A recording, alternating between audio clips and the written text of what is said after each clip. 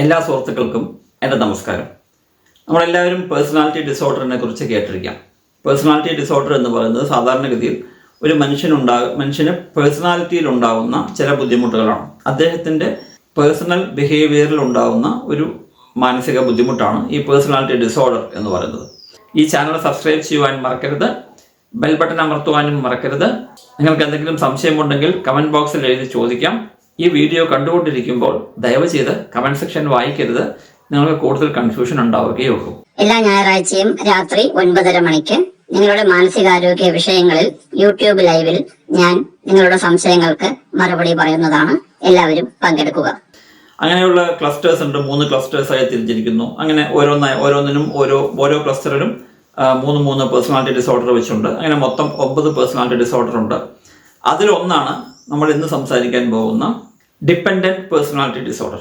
അപ്പോൾ dependent personality disorder എന്ന് പറഞ്ഞാൽ തന്നെ ഡിപ്പെൻഡന്റ് എന്ന് പറഞ്ഞാൽ മറ്റൊരാളെ ഡിപ്പെൻഡ് ചെയ്തിരിക്കുന്ന ഒരു പേഴ്സണാലിറ്റി, അതാണ് ഉദ്ദേശിക്കുന്നത്. അപ്പോൾ പേഴ്സണാലിറ്റി ഡിസോർഡറിൽ ഡിപ്പെൻഡന്റ് ആവുക, വേറൊരാളോട് ഡിപ്പെൻഡന്റ് ആയിരിക്കുക എന്നുള്ളതാണ് ഇതിൻ്റെ അടിസ്ഥാനമായിട്ടുള്ള പ്രശ്നം. അങ്ങനെ വരുമ്പോൾ ഈ വ്യക്തിയും അതേപോലെ തന്നെ ആരിലാണോ ഈ വ്യക്തി ഡിപ്പെൻഡ് ആയിരിക്കുന്നത് ആ വ്യക്തിയും അങ്ങേയറ്റം ശാരീരിക മാനസിക ബുദ്ധിമുട്ടുകൾ അനുഭവിക്കേണ്ടതായിട്ടുള്ള സാഹചര്യം വരാം. ഇതിൽ എന്താണ് ഡിപ്പെൻഡന്റ് പേഴ്സണാലിറ്റി ഡിസോർഡറിൻ്റെ ലക്ഷണങ്ങൾ എന്ന് നോക്കാം. ഈ പേഴ്സണാലിറ്റി ഡിസോർഡർ ഉള്ളവർ മറ്റുള്ളവരോട് വളരെയധികം അറ്റാച്ച്ഡ് ആയിരിക്കും. അങ്ങേയറ്റം അവരുമായി അറ്റാച്ച്ഡ് എന്ന് പറഞ്ഞാൽ അവരുടെ അടുത്ത് തന്നെ എപ്പോഴും വേണം എന്നുള്ളൊരു സാഹചര്യം അവർക്കുണ്ടാവും. അവരുമായി പിരിഞ്ഞു നിൽക്കാൻ ഇവർ താല്പര്യപ്പെടുന്നേ ഇല്ല എന്നർത്ഥം.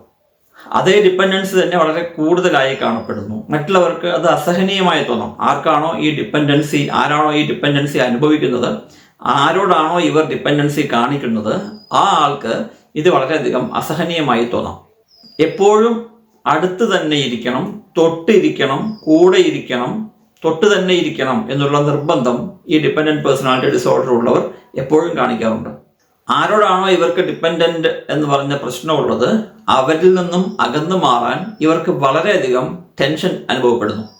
ഫിയർ ഓഫ് സെപ്പറേഷൻ എന്ന് പറയാം. വളരെയധികം ആങ്സൈറ്റി ഉണ്ടാവും. എക്സസീവ് ആങ്സൈറ്റി എന്നാണ് പറയുക. ഈ ഡിപ്പെൻഡന്റ് പേഴ്സണാലിറ്റി ഡിസോർഡർ ഉള്ളവർക്ക് എക്സസീവായ ആങ്സൈറ്റി ഉണ്ടാവും. ഇവർ എക്സ്ട്രീമായി പാസീവ് ആയിരിക്കും, ആക്റ്റീവ് ആവില്ല, പാസീവ് ആയിരിക്കും. ഇവരുടേതായ ലോകത്ത് ഇവർ ജീവിക്കുന്നു, അതേസമയം അറ്റാച്ച്ഡ് ആയിരിക്കുകയും ചെയ്യും, ഡിപ്പെൻഡൻ്റ് ആയിരിക്കുകയും ചെയ്യും. വളരെയധികം സബ്മിസീവ് ആയിരിക്കും. അതായത് മറ്റൊരാൾ എന്നെ കൺട്രോൾ ചെയ്യുന്ന രീതിയിൽ, അതാണ് സബ്മിഷൻ എന്ന് പറയുന്നത്. അതായത് ഞാൻ ആരോടാണോ ഡിപ്പെൻഡൻ്റ് ആയിരിക്കുന്നത് ആ വ്യക്തി എന്നെ കൺട്രോൾ ചെയ്യട്ടെ എന്നുള്ള മാനസികാവസ്ഥയായിരിക്കും ഇവർക്കുണ്ടാവുക. അവോയ്ഡൻസ് ഓഫ് റെസ്പോൺസിബിലിറ്റീസ്, ഇവരുടെ ഉത്തരവാദിത്വങ്ങളെ ഇവർ അങ്ങേയറ്റം അവോയ്ഡ് ചെയ്യും. ഓവർ സെൻസിറ്റിവിറ്റി ടു ക്രിറ്റിസിസം, മറ്റുള്ളവർ ഇവരെ വിമർശനാത്മകമായി ഇവരോട് സംസാരിച്ചാൽ ഇവർ അങ്ങേയറ്റം സെൻസിറ്റീവ് ആവും, പെട്ടെന്ന് എമോഷണലാവും, പെട്ടെന്ന് കരയും.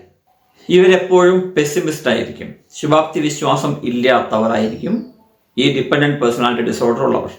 ഇവർക്ക് ലാക്ക് ഓഫ് കോൺഫിഡൻസ് അങ്ങേയറ്റം ഉണ്ടാവും, ഇവർ കോൺഫിഡൻ്റേ ആവുകയില്ല.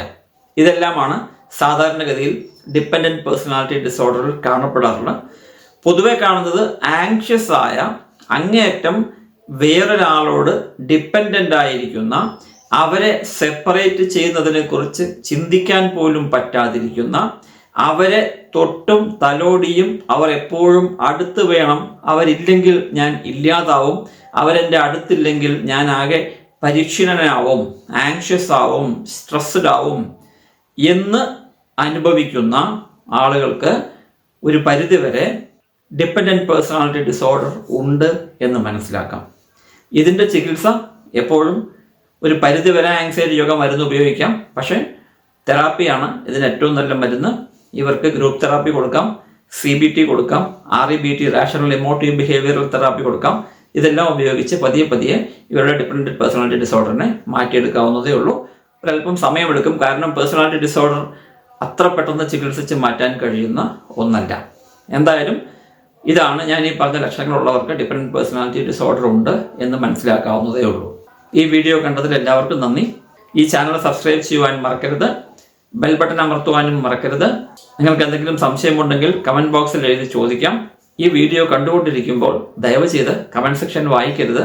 നിങ്ങൾക്ക് കൂടുതൽ കൺഫ്യൂഷൻ ഉണ്ടാവുകയുള്ളൂ.